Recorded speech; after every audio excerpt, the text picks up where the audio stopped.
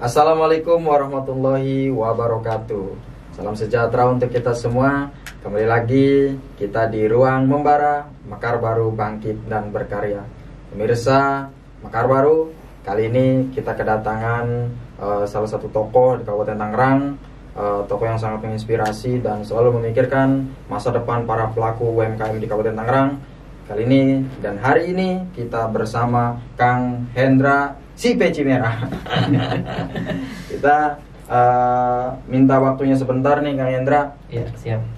Kebetulan juga Pak Camat menemani karena memang warga Mekar Baru sangat butuh informasi-informasi dari Kang Hendra selaku Ketua Forum Pengusaha Mikro di Kabupaten Tangerang. Maka dari itu saya minta program apa yang sekarang sedang digalakkan ini Kang Hendra di Kabupaten Tangerang dari Forsamik, Kang Hendra.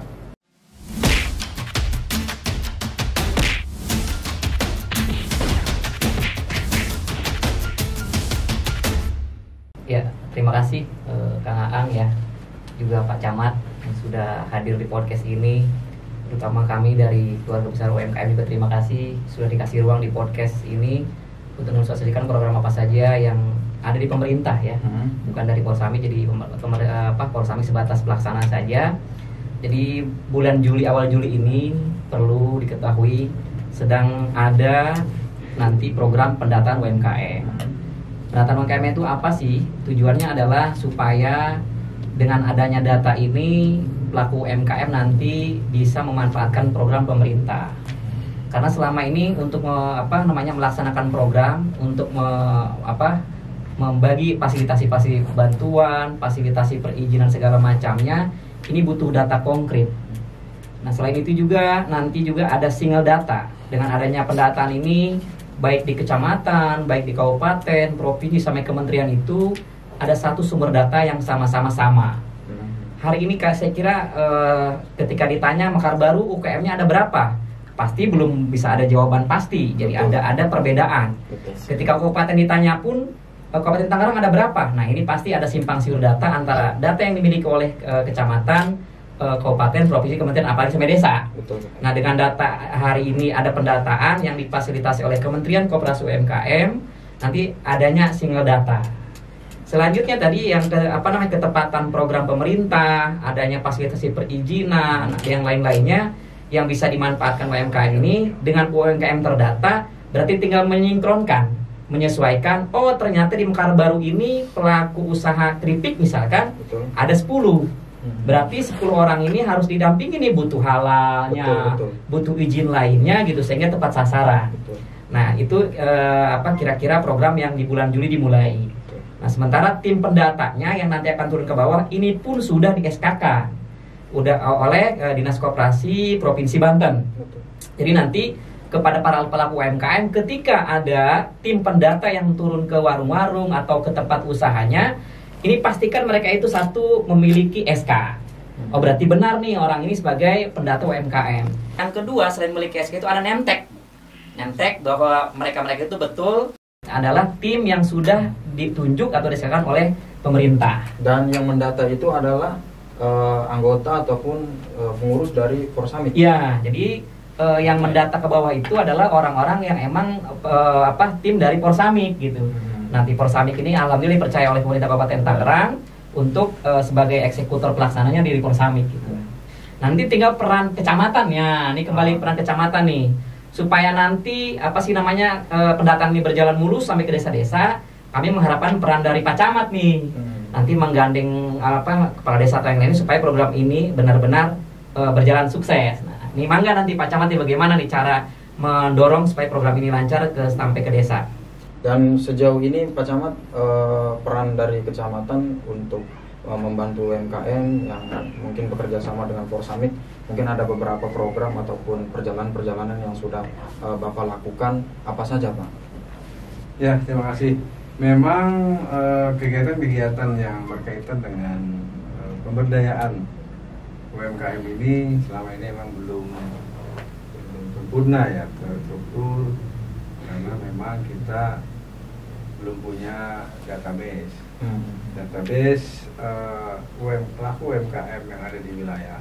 kecamatan atau maupun desa itu masih database lama.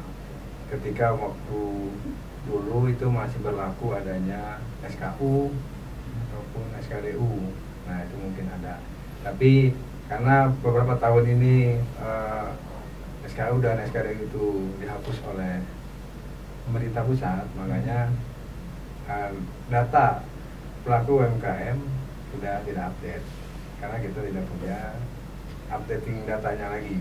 Maka dari itu ini ada program dari kementerian yang melalui Dinas Koperasi Provinsi, kemudian Dinas Koperasi Kabupaten yang sangat bagus sekali. Kita dalam rangka updating data pelaku UMKM, di mana beberapa tahun terakhir ini juga banyak bantuan-bantuan dari pemerintah pusat kepada pelaku UMKM yang mana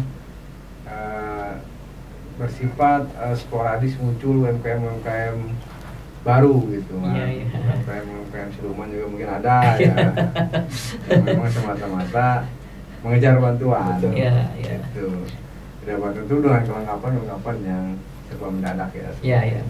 NJB, foto dan lain sebagainya. Karena memang sekarang setelah dihapusnya SKU dan SKDU yang digunakan oleh pelaku UMKM adalah NIB yang bisa dibuat secara online.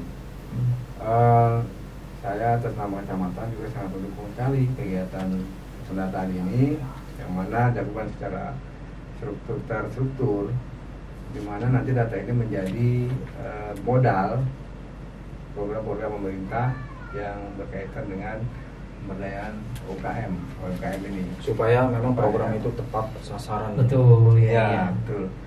Mungkin nanti saya akan mengumpulkan kepala desa, mengadakan rapat koordinasi terkait dengan sosialisasi rencana pendataan ini yang mudah-mudahan bisa terlaksana ya setelah Lebaran Haji kali ya. Iya, betul.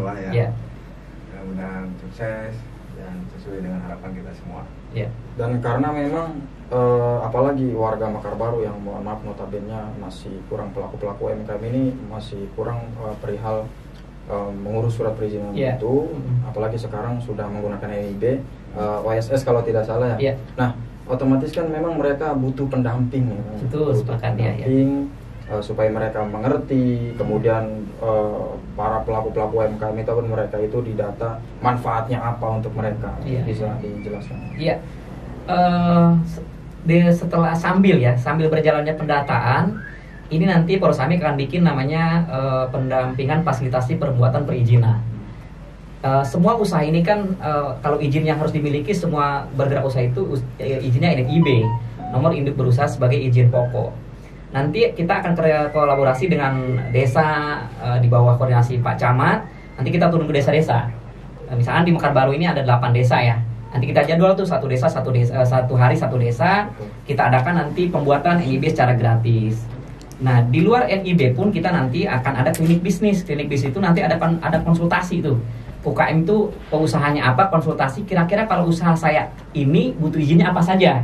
Nah, nanti setelah dapat data itu dari hasil konsultasi itu, kita akan sesuaikan dengan fasilitas dari Kabupaten Tangerang. Nah, UKM pasti belum paham, belum ngerti nih bahwa di Kabupaten Tangerang itu ada program namanya fasilitasi perizinan. Membuat izin merek nih, semacam kayak handphone nih kan, kalau nggak ada merek kan nggak ada kosong nih kan. Ada namanya Nokia, ada namanya Xiaomi, itu namanya merek. Nah, kalau bikin merek ini kan kalau sengaja izinnya sekitar 1,8 sampai 2 juta. Sengaja bikin merek 2 juta. Nah, dengan adanya data ini pemerintah punya fasilitas dibayarin. Malah didampingin bagaimana cara bikin logo cara bikin izin tersebut. Nah, terus izin-izinnya kayak semacam halal, kayak semacam BPOM dan lainnya. Jadi nanti dari output dari klinik bisnis itu nanti kita pun akan fasilitasi UMKM dengan adanya fasilitas dari pemerintah baik provinsi atau kabupaten untuk dapat fasilitas perizinan tersebut. Jadi kami mendorong supaya pelaku UKM yang ada di Kabupaten Tangerang ini ketika ada pendataan ini mohon untuk mensukseskan program ini supaya mau didata.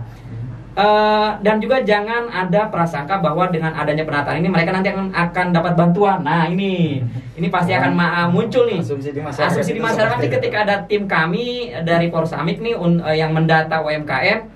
Pak, di data ini saya dapat bantuan ya, gitu kan? Jawabannya bisa iya, bisa tidak. Nah, jadi mungkin kalau bantuan hari ini ya enggak. Tetapi ketika terdata, otomatis ketika ada bantuan, data itulah nanti yang akan diutamakan. Nah, begitu. Oke, terima kasih.